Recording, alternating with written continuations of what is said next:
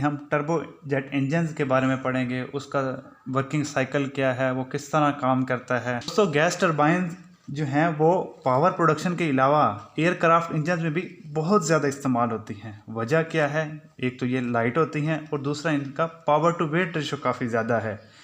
इस वजह से ये जेट इंजन में, स्पेस क्राफ्ट में बहुत ज़्यादा इस्तेमाल होती हैं। आज हम टर्बोजेट इंजन को डिस्कस करने लगे हैं। दोस्तों गैस टरबाइन जो एयरक्राफ्ट इंजन में यूज़ होती है वो थोड़ा सा उसका डिज़ाइन जो है वो फ़र्क होता है, उसी हम जो थोड़ी सी वेरिएशन है उसको हम स्टडी कर लेते हैं। दोस्तों एयर एटमॉस्फेयर से इंटर होती है सबसे पहले डिफ्यूज़र में। डिफ्यूज़र क्या करता है, उसका प्रेशर थोड़ा सा बढ़ा देता है। थोड़ा सा प्रेशर बढ़ गया, हमें मज़ीद प्रेशर बढ़ाना है, उसके आगे हमने लगा दिया होता है कंप्रेसर। ठीक हो गया दोस्तों, कंप्रेसर में प्रेशर मज़ीद बढ़ गया। यहाँ पर प्रेशर रेशो काफ़ी ज़्यादा होती है, 15 to 20 टाइम्स तक प्रेशर बढ़ जाता है कंप्रेसर से गुजरने के बाद। उसके बाद ये वाला जो हिस्सा है ये कंबस्टन चैम्बर है। यहाँ पे जो कंप्रेस एयर आती है इसके ऊपर हम फ्यूल इंजेक्टर्स की मदद से फ्यूल स्प्रे कर देते हैं और कंबस्टन का प्रोसेस होता है और एनर्जी पैदा होती है। अब दोस्तों यहाँ पर जो हाई प्रेशर हाई टेम्परेचर गैसें पैदा होती हैं, हम उनको टरबाइन के अंदर एक्सपैंड करवा देते हैं, तो इसके नतीजे में पावर प्रोड्यूस होती है। लेकिन दोस्तों यहाँ पर हमारा मकसद पावर प्रोड्यूस करना नहीं होता, यहाँ पे हमें सिर्फ इतनी पावर चाहिए होती है जो कंप्रेसर को चला सके।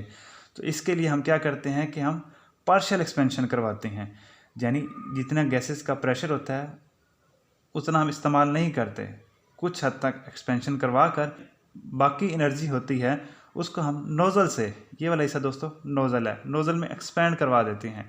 अब क्या होता है, इंजन में जो एयर इंटर होती है वो लो वेलोसिटी पे और जो एग्जिट होती है वो हाई वेलोसिटी पर होती है।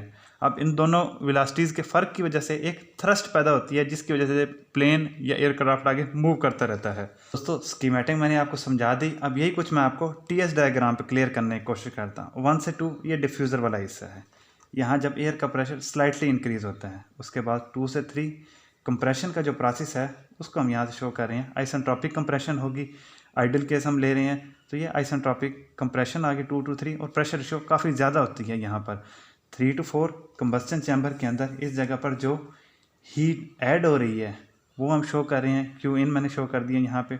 और 4 to 5, जैसे ये 4 to 5 टरबाइन के अंदर एक्सपेंशन होगी और इसके नतीजे में वर्क प्रोड्यूस होगा। वर्क क्या करेगा, ये इस कंप्रेसर को ड्राइव करेगा। ये दोस्तों सेंट्रल शाफ्ट है जिस पे दोनों कंप्रेसर और टरबाइन जुड़े हुए हैं। उसके बाद हम पार्शियल एक्सपेंशन करवाते हैं और जो बाकी एनर्जी बचती है उसका हम नोज़ल में इस हिस्से में एक्सपेंड करवा देते हैं, तो हाई वेलोसिटी से गैसें निकलती हैं नोज़ल में से और इनकी वजह से अब हाई वेलोसिटी गैसें निकल रही हैं, इंटर हो रही हैं लो वेलोसिटी पर, तो इन वेलोसिटीज़ के डिफरेंस की वजह से एक थ्रस्ट पैदा होती है जिसकी वजह से एयरक्राफ्ट आगे मूव करता है। दोस्तों मैं उम्मीद करता हूँ कि मैंने आपको ये जो साइकिल है और टीएस डायग्राम है ये क्लियर कर दिया। अगर किसी किस्म का कोई क्वेश्चन है तो दोस्तों टेंशन नहीं लेनी, कमेंट करो मैं लिखूँगा, पर अगर समझ लग गई है तो लाइक करो।